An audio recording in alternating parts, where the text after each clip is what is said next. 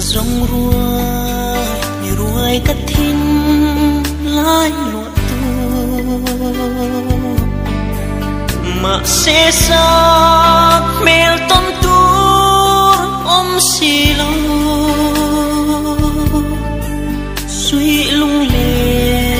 xuôi mây thì rút ngay nuôi thi cần luôn lệ chi cả tham về nè cho lăng cả mai rồi ta mình nên rồi ăn ôm lâu hẹn lại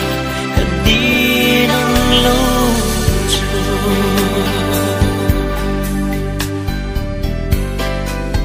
rồi thà em lệ si an lên zoom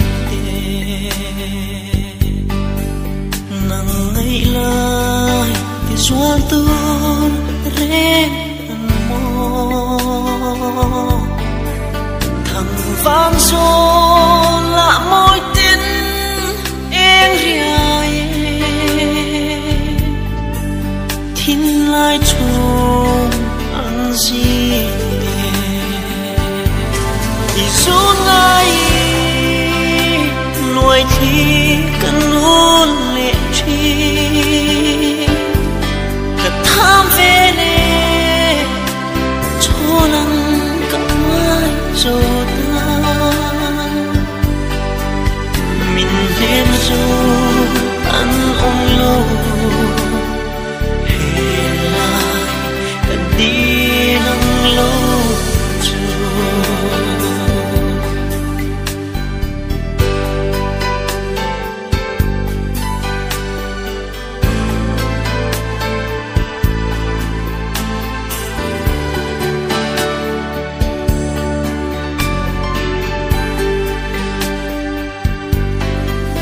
her thuai sẽ run hun cần lên hun tu